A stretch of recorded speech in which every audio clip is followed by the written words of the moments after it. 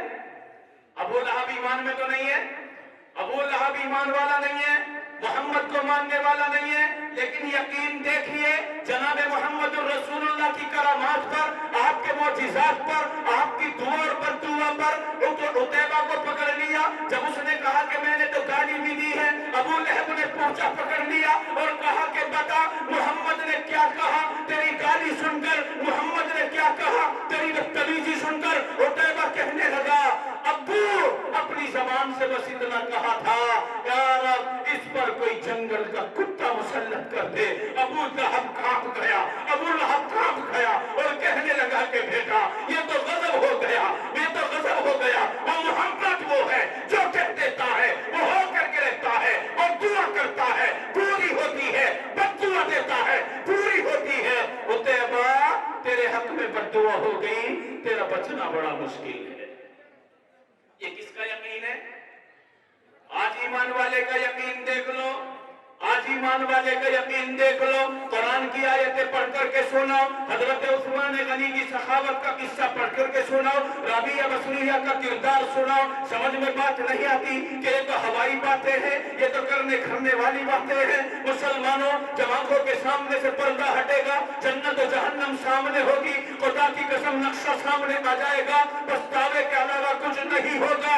ابو لہب کانپ گیا، پیشانی پر پسینہ آ گیا اور کہنے لگا کہ عتیبہ اب تو غضب سے بچنے والا نہیں ہے۔ یہ کہنے والا کون ہے؟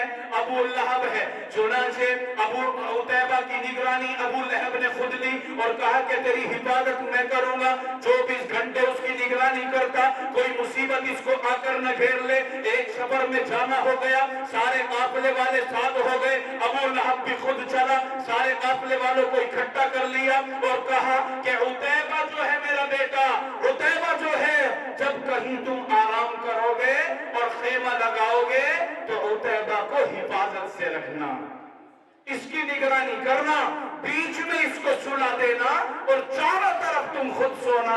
مورخ لکھتے ہیں کہ قافلے کو ایک جگہ رکنا پڑا، قافلے کو ایک جگہ رکنا پڑا اور قیام کرنا پڑا، تو انہوں نے اپنا سارا سامان گٹھیوں میں جو ڈھیر لگایا اس کے اوپر عتیبہ کو چھپا دیا اور محفوظ کر دیا۔ چاروں طرف قافلہ سو گیا۔ خدا کی قسم اللہ نے آواز لگا دی، او جنگل میں رہنے والے شیر بہادر، آج نبی کا گستاخ تیرے جنگل میں گھسا ہے، نبی کی بیٹی کو گالی دینے والا، نبی کے رشتے کو توڑنے والا تیرے جنگل میں آرام کر رہا ہے۔ اے میرے شیر ذرا نکل جا، میرے محمد نے مجھ سے مدد مانگی ہے اور میرے دربار میں یہ بات پہنچائی ہے کہ یار جنگل کا کوئی کتا اس دشمن کے اوپر مسلط کر دے۔ اے شیر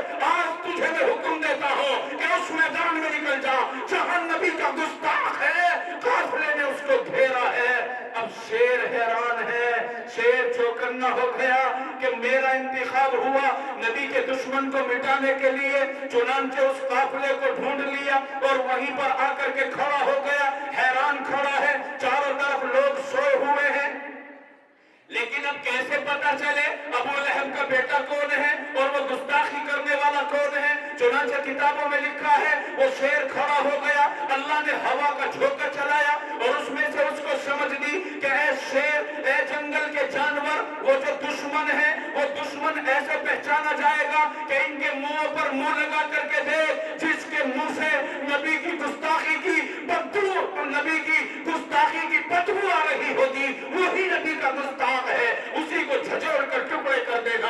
چنانچہ یہ شیر سوتے ہوئے لوگوں کے منہ کو سونگ رہا ہے، حالانکہ وہ سب پہ ایمان ہے، ایمان والے نہیں ہیں، لیکن وہاں سزا کس کو دلوانی ہے؟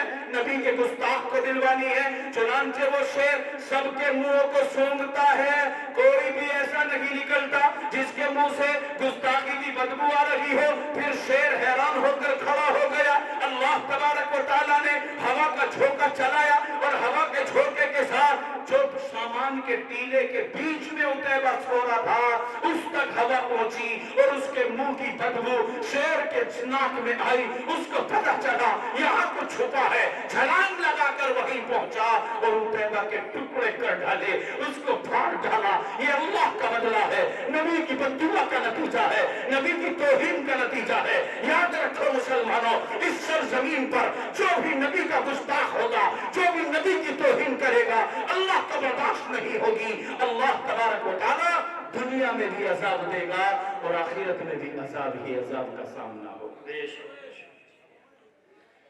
اس اسلام کے پودے کی خاطر نبی کی بیٹیوں کو طلاق ہے، نبی کا گھرانہ ستایا جا رہا ہے، پورے مکے والے اکٹھے ہو گئے، ابو جہل سردار آیا اور اپنی کمیٹی کو اکٹھا کر لیا اور اپنے لوگوں کو بڑھا لیا کہ اس بنو ہاشمی خاندان کے یہ جو افراد ہیں، ابو طالب سمیت، ان کی عورتوں سمیت، بچوں سمیت، جوانوں سمیت، ان سے بائیکاٹ کا اعلان کرتے ہیں، کوئی لین دین نہیں ہوگا، کوئی رشتہ ناتا نہیں کرے گا، ان کا حقہ پانی جیسے آج کا محاورہ ہے کہ حقہ پانی ڈال دیا جائے گا۔ یہ برتاؤ کس کے ساتھ؟ محمد الرسول اللہ صلی اللہ علیہ وسلم اور آپ کے خاندان کے ساتھ 3 سال برابر شعبہ ابی طالب کی قید میں رہے۔ خدا کی قسم سال میں چند مہینے ایسے آتے کہ آزادی کے ساتھ نکل کر غذا حاصل کر لیتے اور ان پھر غار میں گھس جاتے۔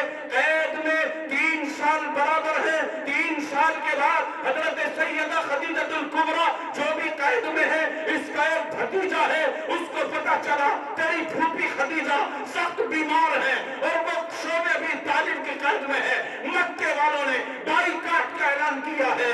چنانچہ بھتیجا کھڑا ہو گیا اور کہنے لگا میں اپنی پھپھو کے یہاں ضرور جاؤں گا، میں کچھ لے کر کے جاؤں گا۔ ابو جہل کو پتا چل گیا کہ خدیجہ کا بھتیجا کچھ کھانے پینے کا سامان لے کر کے جانے والا ہے۔ چنانچہ ابو جہل نے بلایا اور کہا کہ اگر تو نے یہ کام کر دیا کہ ان قید والوں کو کچھ لے جا کر کے دے دیا، وائر سبحان اللہ، اے اللہ جس کے لیے کائنات کا نظام بنا تھا، جس کے لیے کعبہ سجا تھا، جس کے لیے مدینہ منورہ ہوا تھا، آج اسی کے دشمن بن گئے لوگ، اس کو قید کر ڈالا۔ چنانچہ ابو جہل نے کہا بائیکاٹ کا اعلان ہے، جانا نہیں ہے۔ خیر اس نے ایک بڑی سی ہڈی اٹھائی اور اٹھانے کے بعد ابو جہل کے اوپر پھینکی اور ماری اور للکارا کہ کہا میں اپنی پھوپھی سے ملنے جا رہا ہوں، مجھے کوئی نہیں روک سکتا۔ چنانچہ اس حالت میں وہاں عورتوں کو دیکھا گیا کہ جن کے منہوں میں درختوں کے پتے تھے اور زمین کی گھاس تھی، بھوک کی وجہ سے وہ زمین کی پتیاں کھا رہی تھی، سوکھے پتے کھا رہے تھے۔ خدا کی قسم دودھ پینے والے بچے دودھ نہ ملنے کی وجہ سے خشک ہو کر ماؤں کی گود میں تڑپ رہے تھے۔ امام الانبیاء محبوب کبریا تمام گھاٹیوں کو پار کر چکا۔ میرے بھائی یہ اسلام کو اتنا سستا نہیں ہے، کلمہ جو بھی پڑھتا ہے ستایا جاتا ہے۔ بلال نے کلمہ پڑھا، حبشہ کی زمین سے تعلق ہے۔ حضرت سلمان فارسی نے کلمہ پڑھا، ملک فارس سے تعلق ہے۔ جس نے بھی کلمہ پڑھا